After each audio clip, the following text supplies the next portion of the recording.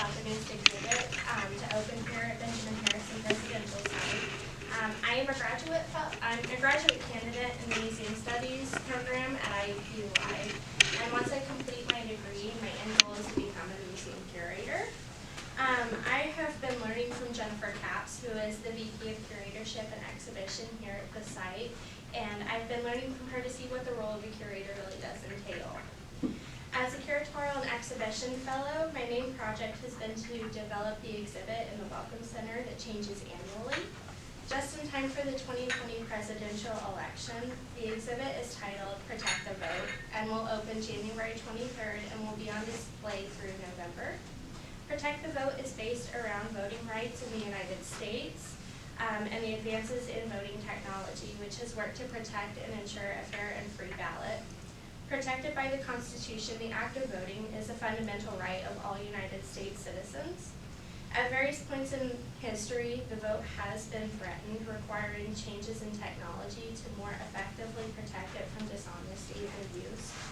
While the mechanisms have evolved, so has voting legislation, eventually resulting in the right for every U.S. citizen to vote. So the exhibit will discuss various political scandals, which were they were the main causes for numerous changes in voting technology. Today I've chosen a few of the highlights that will be on display in the exhibit. On the table you'll see two different ballot boxes. Throughout the late 18th century, individual votes were submitted by voice rather than by ballot. Elections were held in informal settings where the voter could announce their support for a candidate. The problem with verbal voting was that it was difficult to record every vote being submitted. So in order to obtain more accurate counts and to decrease voter fraud, voting changed from voice to pen. Voters would select a ballot, write their signatures under the name of the candidate that they supported, and simply drop that ballot into one of the ballot boxes. It was used as the main voting method in the 19th century. Ballot boxes provided voters with a safe place to deposit their ballots. They were made from wood, metal, or glass, and ballot boxes were locked from the outside to ensure that ballots could not be modified or stolen once they were cast. While this method was advantageous because it made ballots difficult to falsify, it did not deter ambitious voters from stuffing the ballot boxes.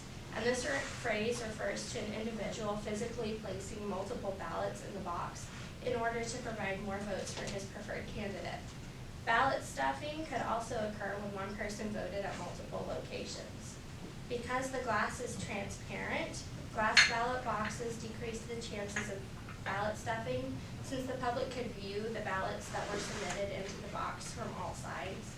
The idea was that if ballots were in sight, it would be impossible to rig an election. It didn't always work out that way. The metal ballot box is a late 18th, early 19th century example of how even ballot boxes changed over time. To ensure a protected and fair vote, the method of voting began to change in the late 19th century. As technology advanced, so did voting machines. By 1930, in the U.S., voters were using a very different type of machine at the polls. We're very excited to have a direct recording voting machine, affectionately known as a lever machine, on display.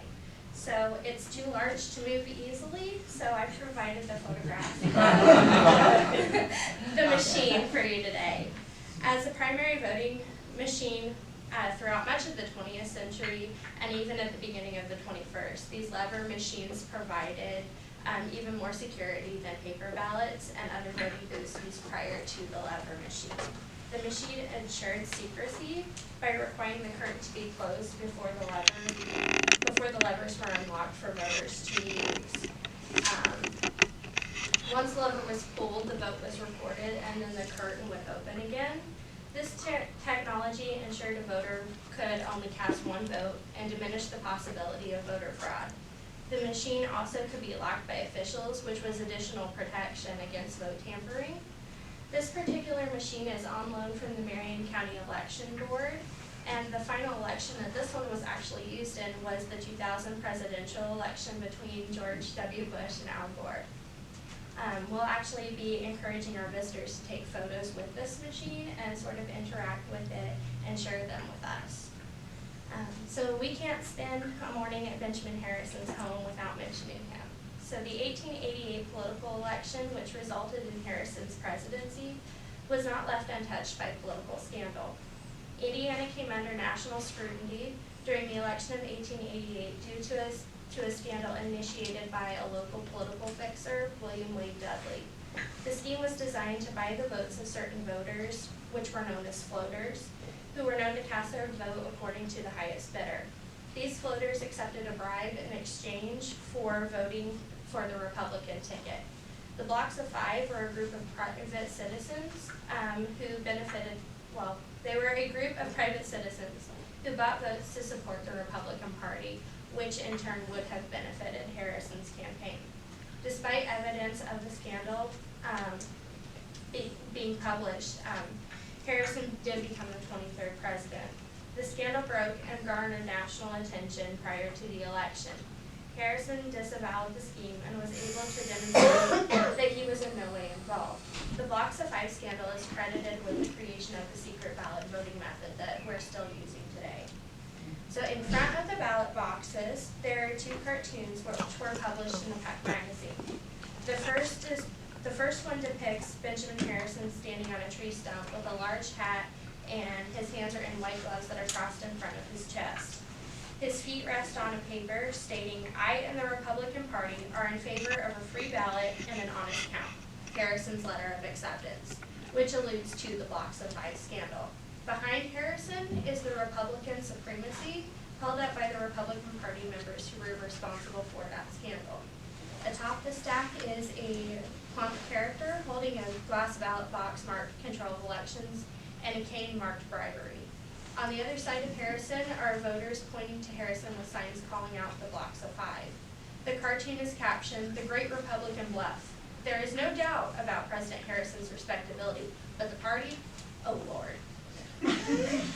This shows how Harrison was viewed in a respectable light, which showed that the public believed that Harrison had nothing to do with the scandal, which was true. Harrison was not privy to this scandal. And then the second cartoon depicts Harrison as King Richard III and also alludes to the blocks of five. These are just a few of the objects that will be on display in the Protect the Vote exhibit. We hope that this exhibit provides a new perspective on a fundamental right. We live in a country where all of our citizens are united by the right to vote and to make our voices heard. And we hope that you will consider visiting to learn about the evolution of voting technology, notable political scandals, and how the right to vote has changed throughout history in order to include the voices of all United States citizens. This exhibit has been fascinating to develop, and we're very excited to share it with you. Thank you.